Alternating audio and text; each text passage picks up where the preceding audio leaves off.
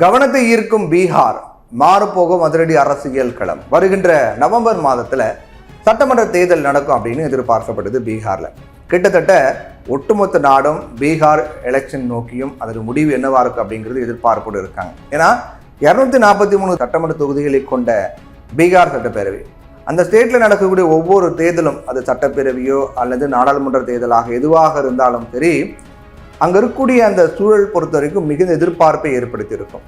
வேட்பாளர் தேர்வு, கூட்டணியில் இருக்கக்கூடிய கட்சிகளுக்கான இடப்பங்கீடு அப்படின்னு எல்லாத்தையும் தீர்மானிப்பது அங்கு ஒரு சமூகமாக, சாதியாக தான் இருக்கு. இது ஏற்றுக்கொள்ள முடியாத ஒன்றாக இருந்தாலும் கூட, மாற்றப்பட வேண்டிய ஒன்றாக இருந்தாலும் கூட இதுதான் உண்மை. பிற்படுத்தப்பட்ட சமுதாய மக்களுக்கு 27% இடஒதுக்கீடு வழங்கக்கூடிய மண்டல் கமிஷன் பரிந்துரையை VP சிங் நடைமுறைப்படுத்திய பிறகு இந்திய அரசியல மிகப்பெரிய மாற்றங்கள் நிகழ்ந்தது. சமூக நீதியை உயர்த்தி பிடித்த பிற்படுத்தப்பட்ட சமுதாயத்தை சேர்ந்த தலைவர்கள் பலர் எழுச்சி பெற்றாங்க. முலாயம் சிங் யாதவ், லாலு பிரசாத் யாதவ் போன்றவர்கள்லாம் கட்சிகளை தொடங்கி மிகப்பெரிய மாற்றங்களை கொண்டு வந்தாங்க. சாதி ரீதியான பின்தங்கி இருப்பதை சுட்டிக்காட்டி இவங்க அரசியல்ல புதிய சக்திகளாக உருவெடுத்தாங்க. தமிழ்நாட்டில் ராமதாசும் அப்படிதான் உருவானார். ஆனா சாதி அரசியல் அப்படின்னு ஒரு சாதி ரீதியான அரசியல் கணக்குக்குள்ள அரசியலை சுருக்கவும் வித்திட்டது. அதுல தான் பீகார், உத்தரப்பிரதேச மாநில அரசியல் சூழல் சிக்குண்டு கிடக்குது அப்படின்னு சொல்லலாம். இதுதான் பீகார் தேர்தல் அரசியலுடைய இத்தனை ஆண்டு கால நடைமுறையாக இருந்திருக்கு. மற்ற மாநிலங்களில் சாதிகள் ஆதிக்கம் செலுத்தும், பீகாரில் பார்த்தீங்கன்னா சாதியில் இருக்கக்கூடிய உட்குழுக்கள் கூட ஆதிக்கம் செலுத்துது. இது எந்த அளவுக்கு ஆபத்தாக இருக்கிறது அப்படின்னா, கடந்த 30 ஆண்டுகளில் எந்த ஒரு கட்சியும் தனித்து 30% வாக்குகளை பெற்றது கிடையாது. கடைசியாக காங்கிரஸ் மட்டுமே 1985ஆம் ஆண்டு 39.3 விழுக்காடு வாக்குகளை வாங்கினாங்க. 2000 முதல் 2020 ஆண்டுகளுக்கு இடையில ராஷ்டிரிய ஜனதாதளம் மட்டுமே 2005 மற்றும் 2020 ஆண்டுகள் நடந்த தேர்தலில் 25% வாக்குகளை வாங்கியிருந்தாங்க. மற்றபடி ஒவ்வொரு தேர்தலையும் பெரும்பான்மையான கட்சிகள் 20க்கும் கீழே தான், 20 விழுக்காட்டுக்கு கீழே தான் வாக்குகளை வாங்கினாங்க.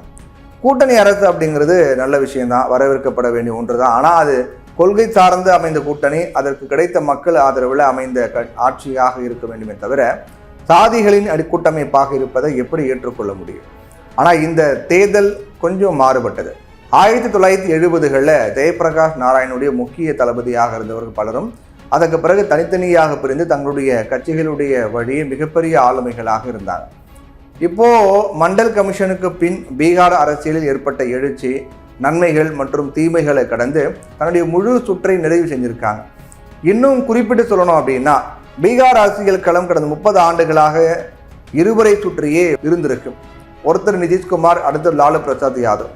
இப்போ நிதிஷ்குமார் முதலமைச்சர் வேட்பாளராக இருக்காரு. லாலு பிரசாத் யாதவ் மகாபந்தன் கூட்டணியுடைய மிக முக்கிய ஆலோசகராக களத்தில் இருக்கார் நடக்க போற தேர்தலில். ஆனா பீகார் அரசியல் இந்த தேர்தலில் முழுமையாக அடுத்த தலைமுறைக்கு கைமாற்றப்பட்டிருக்கிறதா பார்க்க வேண்டியதா இருக்கு. இந்த தேர்தல் இந்த இரு பிரம்மாண்டங்களுடைய கடைசி தேர்தலாக இருக்கும் அப்படின்னு எதிர்பார்க்கப்படுது. ஏன்னா கடந்த மக்களவைத் தேர்தலின் போது இந்த வார்த்தைகள் குறிப்பிடப்பட்டது. அதுக்கு காரணம் என்னன்னு பார்த்தோம் அப்படின்னா, ஒன்று வயது மூப்பு, அடுத்தடுத்து பீகாருடைய அரசியலில் முக்கிய முகங்களாக இளைஞர்கள் மாறி இருக்காங்க. இது எல்லாமே தான். இந்த மாற்றம் கட்சிகளுடைய கொள்கைகளையும் வாக்குறுதிகளையும் மறுகட்டுமானம் செஞ்சிருக்கு அப்படின்னே பார்க்கலாம். சாலை வசதி, மருத்துவ வசதி, குடிநீர் வசதி, போக்குவரத்து வசதி, இந்த மாதிரியான வாக்குறுதிகள் தமிழ்நாடு, டெல்லி போன்ற ஓரளவு வளரக்கூடிய வளர்ந்த மாநிலங்களில் மலையேறி பல ஆண்டுகள் ஆகுது. பீகாரில் கடந்த தேர்தல் வரை இது போன்ற வாக்குறுதிகள் தான் அங்கே எல்லாமே கொடுத்துட்டு இருக்காங்க. அப்படின்னா அந்த வசதிகள்லாம் அங்கே இல்லைன்னு தான் சொல்லப்படுது. ஆனால் இப்போது அப்படி சூழல் அப்படிங்கிறது மாறி இருக்கு. வேலை வாய்ப்பு, கல்வி, முதலீடு போன்ற விஷயங்கள் கட்சிகள் பேச ஆரம்பிச்சிருக்காங்க. குறிப்பாக இளம் தலைவர்கள் பேச ஆரம்பிச்சிருக்காங்கிறதா மிக முக்கியமான மாற்றமாக இருக்கிறது. அதுக்கு மிக முக்கியமான காரணம் தேஜஸ்வி யாதவ், சிராக் பஸ்வான், பிரசாந்த் கிஷோர் போன்றதுதான். சமீபத்தில் வெளியிடப்பட்ட சாதிவாரி கணக்கெடுப்பு கூட அரசியல் கட்சிகளுடைய தேர்தல் அணுகுமுறைகள் மாற்றி இருக்கு.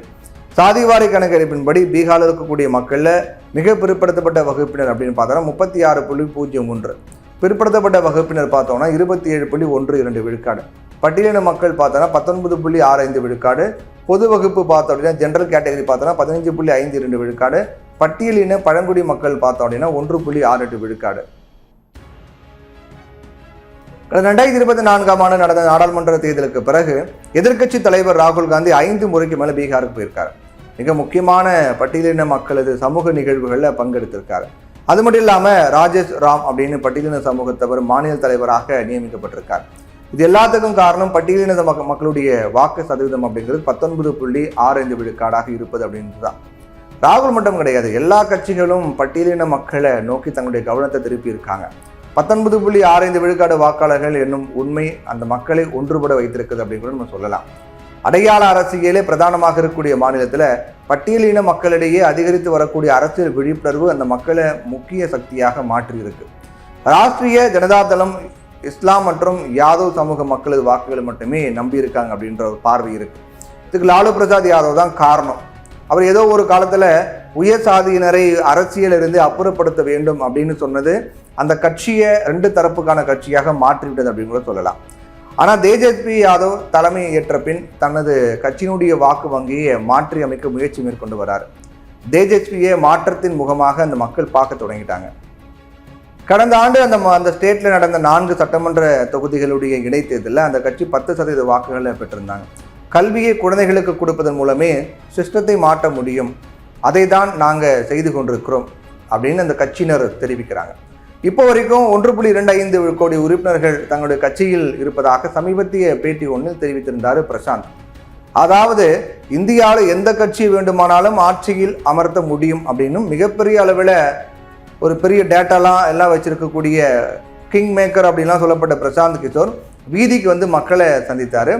ஜன் சுராஜுக்கு 3 முக்கிய திட்டங்கள் இருக்குது. முதல்ல ஆரம்ப கல்வியில் அதிக கவனம் செலுத்தி சீராக்குவது, அடுத்து இளைஞர்களை சுய தொழில் செய்வதற்கு ஊக்குவிப்பது, 3வது மாநிலத்தில் இருக்கக்கூடிய மூத்த குடிமக்கள் மரியாதையோடு வாழ உறுதி செய்வது அப்படிங்கிறது தான். இதை தாண்டி ஆண் பெண் வாக்கு சதவீதமும் மிக முக்கியமாக பங்காற்றி வருது. ஆண் வாக்காளர்களை விட பெண் வாக்காளர்கள் அதிகமாக இருக்காங்க. பெண் வாக்காளர்கள் சாதிகளுக்கு அப்பாற்பட்டவங்க. அதோட அந்த ஸ்டேட்டில் கடந்த சில தேர்தல்களில் வெற்றியை தீர்மானிப்பவர்களாக பெண்களே இருக்காங்க. இது ஒவ்வொரு தேர்தலையும் பெண்களை முன்னிலைப்படுத்திய வாக்குறுதிகளையும் கொள்கைகளையும் வகுக்க அரசியல் கட்சிகளை தள்ளுதுன்னு கூட சொல்லலாம். இந்த இடத்துல நிதிஷ்குமார் முன்னிலை வகிக்கிறார். அவருடைய அரசாங்கம் சமீபத்தில் மாநில அரசு வேலைகளில் பெண்களுக்கு 35% இடஒதுக்கீட்டை அறிவித்தாங்க. சமீபத்தில் தாக்கல் செய்யப்பட்ட பட்ஜெட் கூட பெண்களை மையப்படுத்தியதாக இருந்துச்சு. பெண்களை மையப்படுத்திய பல்வேறு நலத்திட்டங்களை அறிவித்து வராரு. இன்னும் நிறைய பீகார் அரசியல் களத்தினை பற்றி பேச வேண்டியிருக்குன்ற மாதிரி தான் இருக்குது. அப்பப்போ இந்த பீகார் அரசியலை பொறுத்த வரைக்கும் களங்கள் அப்படிங்கிறது சுறுசுறுப்படைந்து விறுவிறுப்படைந்து வருகிறது.